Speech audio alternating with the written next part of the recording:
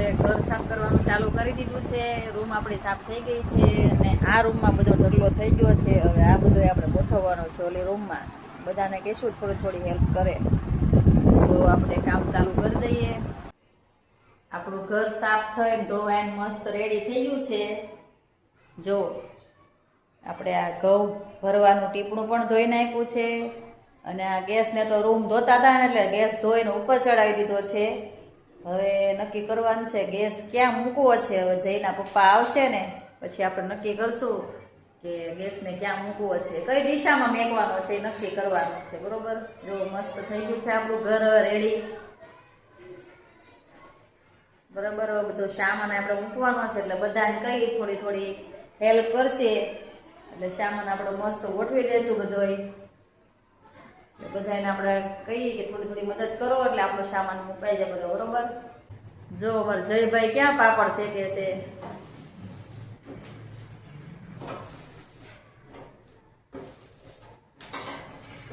કેમ જઈ ન્યા ટીવી ના પથ્થર ઉપર પાપડ શેકે છો? ગેસ પડ્યો તો ન્યા શેકવા મળ્યો. એવું છે.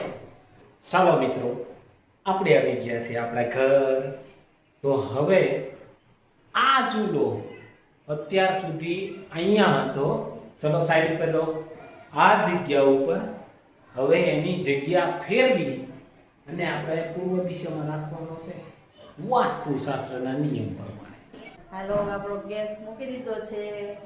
બીજી જગ્યાએ ગેસનું સેટિંગ ન આવ્યું, સામાન બધો વ્યવસ્થિત નહોતો ગોઠવાતો. જગ્યા ફેરવી એટલે પાછો હતો ને નાના ગેસ લઈ લીધો છે. આપણી પાછી હતી એની જગ્યાએ ગેસ આવી ગયો છે. વાસણનો ઘોડો ફિટ કરી દો ને. કેમ વાસણનો ઘોડો ફિટ કરવા? ઘોડો ફિટ થઈ જાય એટલે વાસણ મસ્ત વ્યવસ્થિત ગોઠવાઈ જાય ને એટલા માટે. ઓહો હો. હા, શું કે આપણે 3-4 વર્ષ થઈ ગયા ને પેક કર્યું એટલે. હાઉ. એ પેલા વાપરતા જ હતા કા આપણે. આ વાસણનો ઘોડો આપણે 4 થી 5 વર્ષ પેલા વાપરેલો છે અને પછી એને પેક કરી દીધેલો છે. હવે આપણે પેકિંગ ખોલી અને જોઈએ કે ઘોડાની કન્ડિશન શું છે. બરાબર. આપણે ચેક કરી લઈએ.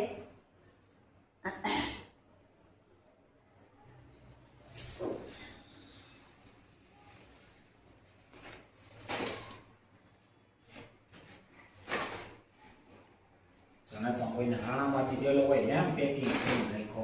મારા આણાનું જ છે. હા,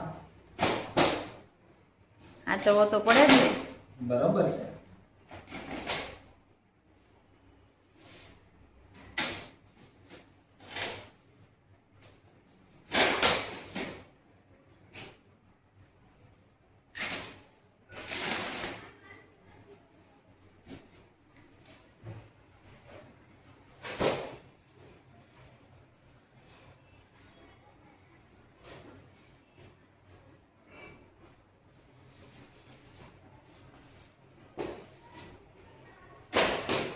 તને તો અહીં હોનું ભેજું હોય એમ પેક થઈ જાઓ. ભાઈ અમારા સોરી અમારા આણાની વસ્તુ છે એટલે ને સાચવીને રાખવી પડે ને.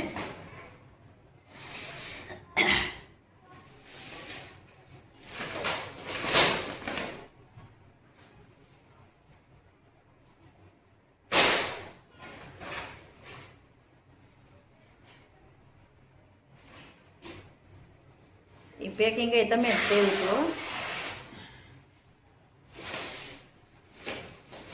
શું વાત છે. પ્લાસ્ટિકની થેલી પણ મીટેલી છે. સરસ. આપણો વાસણનો ઘોડો તો પેટી પેક હોય એવો લાગે છે. ઓહો.